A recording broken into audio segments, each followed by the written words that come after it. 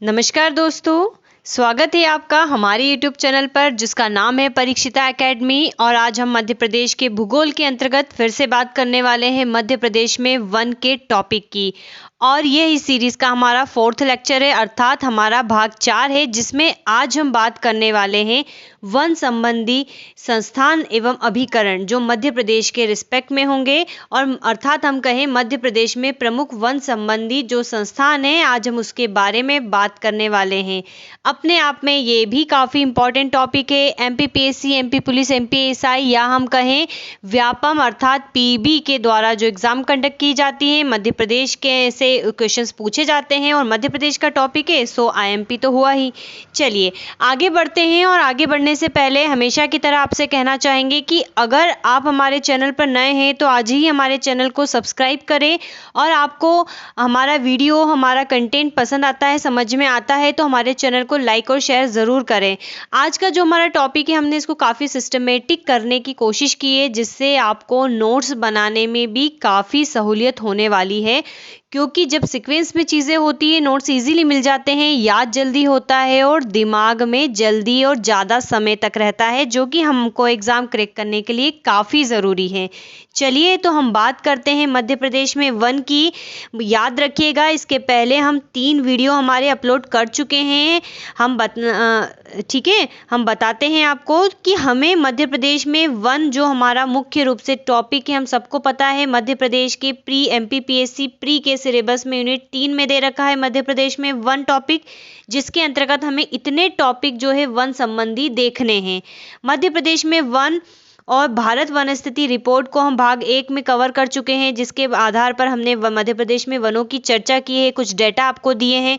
हमने वीडियो 2 में मध्य प्रदेश में वन प्रशासन और वन प्रबंधन को देखा और हमने वीडियो 3 में जो है वनों के वर्गीकरण को देखा, जो अपने आप में काफ़ी इंपॉर्टेंट है, आईएमपी है, आपको समझाने की कोशिश करी। और आज हम बात करने वाले हैं प्रमुख वन संबंधी संस्थान की। देन इसके बाद जो इसकी वीडियोज़ आएंगे उसमें हम इन टॉपिक के ऊपर जो है चर्चा करेंगे बारी बारी से।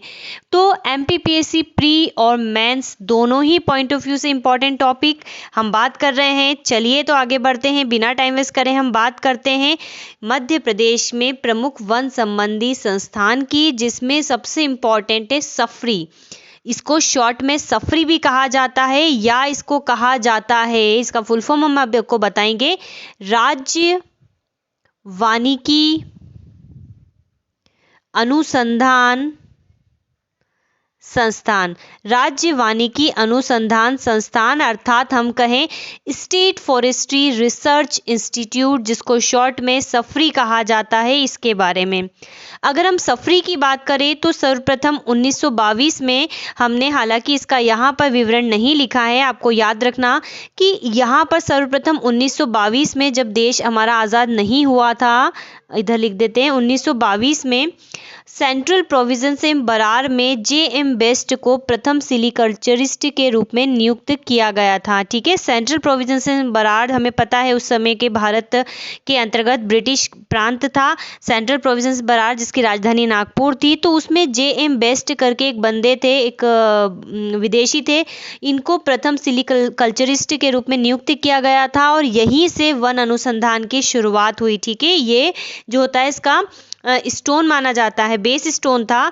और सफरी की जो स्थापना हुई फिर बाद में एकदम आज़ादी के, हम मतलब आज़ाद भारत की हम बात करें तो फिर उसी के जो बेस तैयार था वहीं पर इसकी रूपरेखा निर्धारित की गई, अर्थात 27 जून 1963 को इसकी स्थापना हुई। कहाँ पर? जबलपुर में। तो इसका हेडक्वार्टर है जबलपुर। अपने आप में काफ़ी इंपॉर्टेंट है, काफ़ी एग्जाम में पूछा गया है और डेफिनेटली पूछा जाएगा, तो आपको याद रखना है 27 जून 1963 जबलपुर में। और यह भारत का प्रथम श्रेणी का पहला अनुसंधान केंद्र था। 1994 में मध्य प्रदेश शासन ने इसे क्या करा, तो मध्य प्रदेश शासन ने जो है इसे मध्य प्रदेश शासन ने इसे 1994 में स्वायत्त दर्जा प्रदान किया। ठीक है, ऑटोनोमस जो है इसको दर्जा प्रदान किया है। और इसका मुख्य उद्देश्य क्या है, तो जनरली वही उद्देश्य जो पर्यावरण को संतुलित करने के लिए होना चाहिए। वन संरक्षण तथा वानिकी के क्षेत्र में ग्राह्य एवं व्यावहारिक शोध सुनिश्चित करना, वन एवं वन संसाधनों का संरक्षण करना, वनस्पतियों की उत्पादकता में वृद्धि करना, सतत विकास में सहायक होना, वनों के सतत विकास में जन भागीदारी एवं निर्भर लोगों की आमदनी में वृद्धि, अर्थात सामाजिक और आर्थिक हित दोनों इसमें निहित होते हैं। ठीक है, तो आपको ये याद रखना है। सफरी 27 जून 1963 और जबलपुर मोस्ट इंपॉर्टेंट। चलिए अब नेक्स्ट संस्थान की तरफ हम बढ़ते हैं, IIFM। अगर हम कहें सफरी, तो सफरी के बाद ये भी अपने आप में काफ़ी इंपॉर्टेंट है। काफ़ी कन्फ्यूज़न क्रिएट होता है जब राज्य वानिकी अनुसंधान संस्थान और जब प्रबंधन संस्थान अर्थात भारतीय वन प्रबंधन संस्थान की बातचीत हो रही हो, तो हमें कन्फ्यूज़न इसको दूर करेंगे। पहले इसको समझते हैं। तो इसका फुल फॉर्म है Indian institute of forest management, अर्थात हम इसको हिंदी में कहें भारतीय, इंडियन से भारतीय हो गया, भारतीय वन प्रबंधन संस्थान। ठीक है, वो अनुसंधान था, वो काफ़ी कन्फ्यूज़न होता है। वैसे दोनों के नाम अलग है, राज्य वानिकी अनुसंधान संस्थान है और ये भारतीय वन प्रबंधन संस्थान है। लेकिन जब हमारे सामने दोनों में से कोई एक होता है तो हम कंफ्यूज होते हैं। तो आपको याद रखना है, अनुसंधान अर्थात रिसर्च का जबलपुर में है और प्रबंधन अर्थात मैनेजमेंट का भोपाल में है। ठीक है, राजधानी में से मैनेज किया, आप इसको याद कर सकते हैं कुछ इस तरीके से कि राजधानी से हम पूरे मध्य प्रदेश को मैनेज कर रहे हैं, मैनेजमेंट कर रहे हैं। सो मैनेजमेंट का जो है भोपाल में है और अनुसंधान का जबलपुर में है। चलिए तो हम इसके बारे में ही बात करते हैं। तो इसका फुल फॉर्म है Indian institute of forest management अर्थात भारतीय वन प्रबंधन संस्थान। इसकी स्थापना हुई थी 1982 में। हेडक्वार्टर इसका भोपाल में और यह स्वायत्त संस्थान है तथा केंद्र सरकार के पर्यावरण एवं जलवायु परिवर्तन मंत्रालय के अंतर्गत स्थापित है। और ये है स्वीडिश इंटरनेशनल डेवलपमेंट अर्थात स्वीडा की सहायता से इसकी स्थापना जो है की गई थी। स्वीडिश इंटरनेशनल डेवलपमेंट अथॉरिटी की सहायता से स्थापित हुई थी। और इसका भी मुख्य उद्देश्य कार्य क्या है, तो यह संस्थान निम्नलिखित सेवा एवं संस्थाओं के कार्मिकों को वानिकी विकास के प्रबंधन का प्रशिक्षण देती है। ठीक है, क्योंकि प्रबंधन करना है अर्थात मैनेजमेंट करना है, तो किसको प्रशिक्षण देती है, तो आप सुनिएगा, हमने यहाँ पर लिखा नहीं है। भारतीय वन सेवा, वन विभाग, वन विकास निगम और वनों से संबंधित जो उद्योग है उसको ये क्या करती है, प्रशिक्षण देती है। चलिए तो तीसरे इम्पॉर्टेंट जो संस्थान की तरफ हम चलते हैं, उष्णकटिबंधीय वन अनुसंधान संस्थान, जो कि देहरादून का एक क्षेत्रीय केंद्र है। अर्थात इसकी जो इम्पोर्टेंस है वो केंद्र का है ये संस्थान। ठीक है, वो मध्य प्रदेश के थे लेकिन ये केंद्र के पॉइंट ऑफ व्यू से इम्पॉर्टेंट है, अर्थात हमारे भारत के पॉइंट ऑफ व्यू से इम्पॉर्टेंट है। तो देहरादून का क्षेत्रीय केंद्र है, कहाँ पर, जबलपुर में, जिसका नाम है उष्णकटिबंधीय वन अनुसंधान संस्थान। और इसकी जो स्थापना हुई थी 1988 में हुई थी। प्रशासनिक इसका जो संचालन है केंद्रीय कृषि और सिंचाई मंत्रालय द्वारा किया जाता है। इंस्टीट्यूट के तत्वाधान में भूमि की प्रकृति के आधार पर पौधारोपण के परिरक्षण हेतु भू संरक्षण, वन वनस्पति, वन प्रभाव एवं वनों की उपयोगिता संबंधी विभिन्न अनुसंधान कार्य जो होते हैं किए जाते हैं। ठीक है दोस्तों, तो उष्णकटिबंधीय वन अनुसंधान संस्थान भी अपने आप में काफ़ी इंपॉर्टेंट है और ये भी कहाँ पर है, तो जबलपुर में है। आगे बढ़ते हैं और बात करते हैं मध्य प्रदेश राज्य लघु वनोपज व्यापार एवं विकास सहकारी संघ की। तो इसकी स्थापना हुई थी 1984 में। इसका उद्देश्य है वनोपज का यहाँ पर अर्थ है जो वन से प्राप्त प्रोडक्ट होते हैं या कुछ ऐसे वनस्पति होती है जिसका आर्थिक काफ़ी महत्व होता है, जैसे कि सागौन, बांस, इस प्रकार से।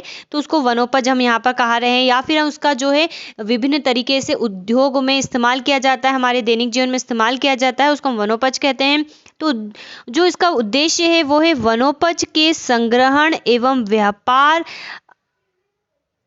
अब ये थोड़ा सा मिस्टेक हो गया है, ये है यहाँ पर व्यापार से वनवासी, ठीक है, ये से और वन अलग है, ठीक है, से वनवासियों को लाभ दिलाना इसका प्रमुख उद्देश्य है। संघ ने तेंदुपत्ता संग्राहक को आकस्मिक मृत्यु पर दिव्यांगता की दशा में सहायता बीमा राशि के उद्देश्य से नवंबर 2010 में एकलव्य विकास योजना प्रारंभ की है। तो यहाँ पर एक फैक्ट और आ रहा है कि एकलव्य शिक्षा विकास योजना कब प्रारंभ की गई, तो ये की गई थी 2010 में, ठीक है, कब की गई थी, 2010 में की गई थी, आपको ये याद रखना है। एकलव्य शिक्षा विकास योजना, और एकलव्य शिक्षा विकास योजना जो है मध्य प्रदेश राज्य लघु वनोपज व्यापार एवं विकास सहकारी संघ के अंतर्गत आता है, ठीक है। और उद्देश्य क्या है कि जो तेंदुपत्ता संग्राहक होते हैं, हमको पता है तेंदुपत्ता से बीड़ी बनती है, संग्राहकों की अगर आकस्मिक मृत्यु हो जाए, उनको दिव्यांगता हो जाए, तो उस दशा में उनको आर्थिक सहायता प्रदान करना इसका प्रमुख उद्देश्य है। तो आपको याद रखना है 1994। चलिए नेक्स्ट आगे बढ़ते हैं। वन विकास निगम की हम बात करते हैं। तो इसकी स्थापना हुई थी 24 जुलाई 1975। और दोस्तों हम आपको बताना चाहेंगे कहीं कहीं पर ये जो डेट है ये आपको 31 जुलाई भी मिलेगी, तो देख लीजिएगा कि दोनों में से क्या है। हमें दोनों ही डेट पर्टिकुलर, हम जिस भी बुक को देखते हैं वो एक बुक में दोनों ही डेट लिखी होती है, 31 जुलाई भी लिखा होता है और 24 जुलाई भी लिखा होता है। तो वन विकास निगम की स्थापना हुई थी मध्य प्रदेश वनों के, ठीक है, ये वन है, वनों के संवर्धन एवं परिरक्षण के साथ विदोहन हेतु राष्ट्रीय कृषि आयोग की अंतरिम report production forestry man made forest 1972 के तहत, ठीक है, रिपोर्ट क्या है, production forestry man made forest 1972 के आधार पर इसकी स्थापना की गई थी, याद रखना है। और इसके प्रमुख उद्देश्य भी अपने आप में काफ़ी इंपॉर्टेंट है। चलिए तो उनकी बात करते हैं हम। वनोपज का आर्थिक दृष्टि से दोहन करना, ठीक है, वनोपज का क्या करना, आर्थिक दृष्टि से दोहन करना, और सागौन, बांस जैसे उपयोगी प्रजातियों का वृक्षारोपण करना, ठीक है। हमें पता है सागौन का जो हमने कल भी इसके बारे में चर्चा की थी हमारे वीडियो में, कि सागौन का इसका जो बॉटनिकल नेम है टेक्टोना ग्रांडिस होता है, काली मिट्टी में उगता है, और इसका जो ये लकड़ी होती है, वुड होता है, काफ़ी टिकाऊ और काफ़ी बेस्ट क्वालिटी का होता है, और जो काफ़ी सालों तक ये ख़राब नहीं होता है। जनरली लकड़ी में दीमक लग जाती है, लेकिन इसका जो होता है काफ़ी अच्छा होता है, इतनी आसानी से इसका डिके नहीं होता। और बांस जैसे उपयोगी प्रजातियों का वृक्षारोपण करना। और वन विकास निगम का जब 1975 में स्थापना की गई तो उद्देश्य भी रखा गया है कि लुगदी पेपर से संबंधित जो उद्योग है उसमें जो वन लग रहे हैं, मतलब जो लग रहे हैं उसकी व्यवस्था करना, ठीक है। जैसे कि हमें पता है लुगदी और पेपर वगैरह जो होते हैं, फाइनली ये पेजेस जो होते हैं, कॉपी किताब हम बोल सकते हैं, वनों के ही बाई प्रोडक्ट के रूप में होते हैं, तो उनका वृक्षारोपण करना जिससे कि हमारे पर्यावरण में जो पुराने वन हैं वो खत्म ना हो, ये इसका उद्देश्य है। नेक्स्ट है उद्योगों के लिए उपयुक्त वन पदों का वृक्षारोपण करना, वही बात आ गई है। और जो कास्ट है, कास्ट का मतलब यहाँ पर वुड से है, ठीक है, लकड़ी अर्थात, तो वुड आधारित जो उद्योगों के लिए सागौन, बांस एवं अन्य आवश्यक कच्चे माल का उत्पादन करना। वन औषधि के वितरण को प्रोत्साहित करने के लिए संजीवनी संस्थान भोपाल में स्थापित किया गया। अब यहाँ पर एक और चीज़ आ गई जो कि आपको याद रखना है, और वो है संजीवनी संस्थान वन, जिसको वनौषधि रोपण कहते हैं, वो कहाँ स्थित है, तो वो है भैया हमारे मध्य प्रदेश की राजधानी भोपाल में। तो ये आपको यहाँ पर याद रखना है, और ये भी जो है वन विकास निगम के अंतर्गत स्थापित की गई थी, इसीलिए हम इसको अलग से ना पढ़ के इसके अंतर्गत ही पढ़ रहे हैं, ठीक है। तो वन औषधि के वितरण को प्रोत्साहित करने के लिए संजीवनी संस्थान भोपाल में स्थापित किया गया है। चलिए नेक्स्ट हम देखते हैं वन महाविद्यालय विद्यालयों की स्थापना। कौन कौन से वन जो है विद्यालय महाविद्यालय है, तो 1979 में बालाघाट में प्रथम वन राज्य महाविद्यालय स्थापित किया गया, जिसको कहीं कहीं पे वन प्रबंधन और शिक्षा केंद्र बालाघाट लिखा रहता है, या हम कहें फॉरेस्ट ट्रेनिंग कॉलेज लिखा रहता है। तो दोनों ही सूरत में हमें कंफ्यूज नहीं होना है, हमने यहाँ पर इसके नाम बता दिए कौन कौन सा, वन राज्य महाविद्यालय और वन प्रबंधन और शिक्षा केंद्र। 1980 में दूसरा महाविद्यालय खोला गया गया बैतूल में, पहला बालाघाट में, दूसरा बैतूल, बीबी, दोनों बीबी में है। इन महाविद्यालयों में वन राज्य सेवा के लिए जो है 5 से 8 तथा वन क्षेत्रफलों के लिए 80 से 100 स्थानों तक उपलब्ध हैं। वनपालों में वन रक्षकों को स्थानीय वन विद्यालयों में प्रशिक्षण दिया जाता है। वन विद्यालय जो है कहाँ कहाँ पर है, तो बहुत इंपॉर्टेंट है, याद रखना है। शिवपुरी में है, गोविंदगढ़ में है जो कि रीवा में आता है, अमरकंटक में है जो कि अनूपपुर जिले में पड़ता है, पचमढ़ी में है जो कि होशंगाबाद जिले में आता है, झाबुआ और ताला जो कि उमरिया में आता है, और लखनादौन सिवनी में स्थित है। तो ये आपको याद रखना है। इसी प्रकार वन्य प्राणी संरक्षण हेतु जो है कान्हा राष्ट्रीय उद्यान में प्रशिक्षण की व्यवस्था है। चलिए अब हम कुछ और फैक्ट देख लेते हैं। ये अपने आप में जो इम्पोर्टेंट है हम सारे कर चुके हैं। चलिए तो हम देखते हैं वानिकी अनुसंधान एवं मानव संसाधन विकास संस्थान कहाँ है, तो ये भी जो है केंद्र सरकार का अपना संस्थान है और जो है छिंदवाड़ा में है। उसकी स्थापना 1995 में की गई थी दोस्तों। तो आप याद रखिएगा, एक हमने उष्णकटिबंधीय वन अनुसंधान संस्थान देखा था जो कि केंद्र सरकार का ही था, देहरादून का क्षेत्रीय केंद्र था, जबलपुर में था, और ये जो है छिंदवाड़ा में है, वानिकी अनुसंधान एवं मानव संसाधन विकास संस्थान। ठीक है, चलिए नेक्स्ट है मध्य प्रदेश इको पर्यटन विकास निगम कहाँ पर है, तो भोपाल में है और इसकी स्थापना हुई थी 2005 में। तो इसको भी गांठ बांध लीजिए, याद रहना चाहिए, इसका नाम याद होना चाहिए। ठीक है, ये इसका प्लेस याद होना चाहिए और ईयर याद होना चाहिए। तीनों चीज़ें आपस में कनेक्टेड है, इनमें से कौन सा भी क्वेश्चन उठा के उसके बाकी उसका आंसर हो जाएगा। चलिए राज्य वन विकास अभिकरण की हम बात करें तो इसकी स्थापना, ये अभिकरण है, ठीक है, ट्रिब्यूनल से, तो इसका स्थापना जो है 19 अप्रैल 2010 को इसका गठन हुआ था। कार्बन क्लॉक टावर नहीं है, एक्चुअल में कार्बन फ्लैक्स टावर है, उसको मैं इम्प्रूव करती हूँ।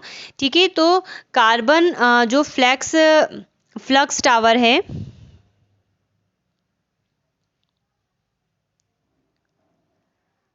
कार्बन फ्लक्स टावर जो है, इसका प्रथम टावर जो है स्थापित किया गया था वो ताबड़ी में स्थापित किया गया था जो कि बैतूल जिले में पड़ता है, और 2012 में। और जो दूसरा है वो कान्हा राष्ट्रीय उद्यान में स्थापित किया गया है जो कि मंडला जिले में आता है, जो कि 2017 में स्थापित किया गया था। और मध्य प्रदेश में वन्य जीव संरक्षण अधिनियम कब लागू हुआ, तो 1974 में लागू हुआ, याद रखना है। अब हम कुछ स्पेशल जो वनोपज है मध्य प्रदेश के, उसका राष्ट्रीयकरण देख लेते हैं। तो बांस का राष्ट्रीयकरण कब किया गया था, बांस का राष्ट्रीयकरण किया गया था 1973 में। ठीक है, बांस का राष्ट्रीयकरण 1973 में किया गया था। तेंदुपत्ता का राष्ट्रीयकरण 1964 में किया गया था, और साल बीज का राष्ट्रीयकरण जो है 1975 में किया गया था। ये तीन जो है आपको राष्ट्रीयकरण के याद रखना है, बांस, तेंदुपत्ता और साल बीज। मध्य प्रदेश राज्य बांस मिशन कब आया था, तो 3 जुलाई 2013 में आया था। अब यहाँ पर ये जो हमने बांस का राष्ट्रीयकरण है ये, और ये मिशन है, ठीक है, बहुत काफ़ी माइनर डिफरेंसेस होते हैं, तो इसीलिए हम आपको एक ही वीडियो में सारी चीज़ें ला के दे रहे हैं ताकि आपको कन्फ्यूज़न ना हो, याद रखने में आसानी हो, और परमानेंटली हमारे जो सबकॉन्शियस माइंड होता है उसमें याद रहे। चलिए अब हम बात करते हैं 2006 की। तो मध्य प्रदेश के वनोपज उत्पादों का उत्पादन हमें पता है, जो यह विपणन या मार्केटिंग जो होता है विंध्य ब्राउन हर्बल के नाम से किया जा रहा है। यहाँ पर इंपॉर्टेंट ये चीज़ है कि ये कब से हो रहा है, 2006 से हो रहा है। चलिए तो दोस्तों आज हमने क्या बात करी, आप समझ गए अच्छे से। हमने बात करी आज प्रमुख वन संबंधी संस्थानों की, अपने आप में काफ़ी इंपॉर्टेंट टॉपिक था। चलिए तो अब हमने, ये हमारा 4th लेक्चर था, हम बता चुके हैं। अब इसके बाद हम ये जो टॉपिक लाएंगे कि वनों से संबंधित योजनाओं के बारे में बात करेंगे, प्रमुख वनोपज जो कि बहुत बहुत इंपॉर्टेंट है। भारतीय वन स्थिति रिपोर्ट 2021 की बात करेंगे जो कि करंट का टॉपिक है, इसके ऊपर से भी डेटा पूछे जाएंगे। और वन नीति 2005 को एक बार स्लाइटली देखेंगे, क्योंकि अगर मेंस एग्जाम में आप अपीयर हो रहे हैं या आप पर्यावरण के ऊपर बातें कर रहे हैं या आप कोई ऐसा निबंध लिख रहे हैं जिसमें कि पर्यावरण की बातचीत हो, वनों की बातचीत हो, मध्य प्रदेश में वनों का योगदान हो, तो वहाँ पर ये फैक्ट आपके लिए काफ़ी यूज़फुल होंगे। चलिए तो इनकी हम बात करेंगे बाद में। आई होप आपको हमारी ये सीरीज़ जो है समझ में आ रही होगी। हम कोशिश कर रहे हैं कि हम प्री प्लस मेंस दोनों के पॉइंट ऑफ व्यू से आपको काफ़ी अच्छा कंटेंट उपलब्ध कराएं, एक जो लय में हो, एक सीक्वेंस में हो, जिससे आपको याद रखने में आसानी हो। काफ़ी मेहनत लगती है इन सब चीज़ों में, तो इसीलिए आपसे कहना चाहेंगे कि अगर आपको हमारा ये जो है टॉपिक हमारा ये पसंद आ रहा है तो आप हमारे चैनल को सब्सक्राइब करें, हमारे वीडियो को लाइक करें, शेयर करें, और कोई भी क्वेरीज हो या कोई भी सजेशंस हो तो आप हमें कमेंट करें। Have a nice day and thanks for watching.